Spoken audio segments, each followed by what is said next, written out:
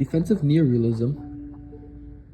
Defensive neorealism is a major branch of realist theory in international relations that argues states do not seek unlimited power, but instead aim to maintain an appropriate balance of power needed for security.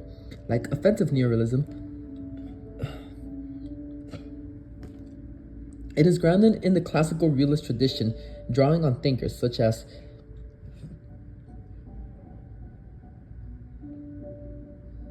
Thucydides, Machiavelli, and Thomas Hobbes, who all emphasize the dangers and insecurities created by power politics. However, defensive realism interprets their ideas differently, suggesting that excessive expansion can actually make states less secure by provoking counterbalancing coalitions. This more cautious approach reflects the long-standing belief among classical realists that prudence and restraint are essential for survival.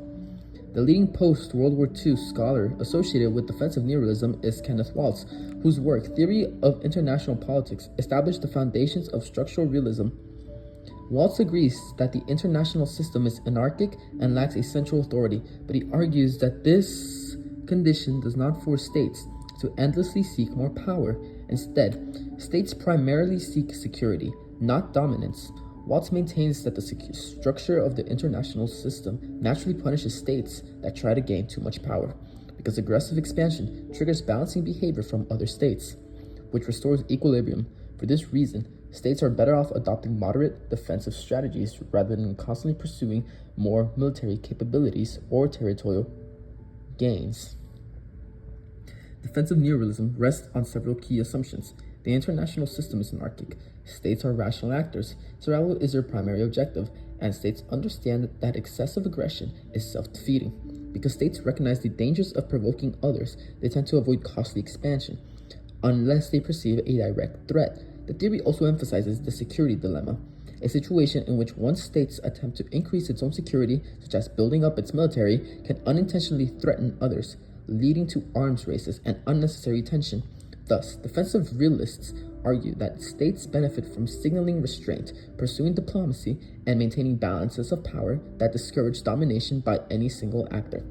Defensive neorealism adopts a relatively cautious view of human nature. It does not assume leaders are inherently aggressive. Instead, it argues that competitive behavior arises from the pressures of the system. The state, particularly great powers, remains the central actor in global politics. Despite its strength, defensive neorealism faces several criticisms. It struggles to explain cases where states do pursue expansion even when it is irrational or counterproductive. Critics argue that the theory downplays domestic factors, ideology, and leaders' ambitions. Furthermore, offensive realists claim defensive realism underestimates how dangerous uncertainty can be in an anarchic system.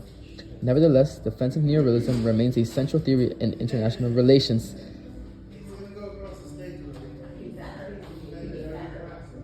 Offering a powerful explanation for why states often prefer caution, stability, and balanced power over aggressive expansion.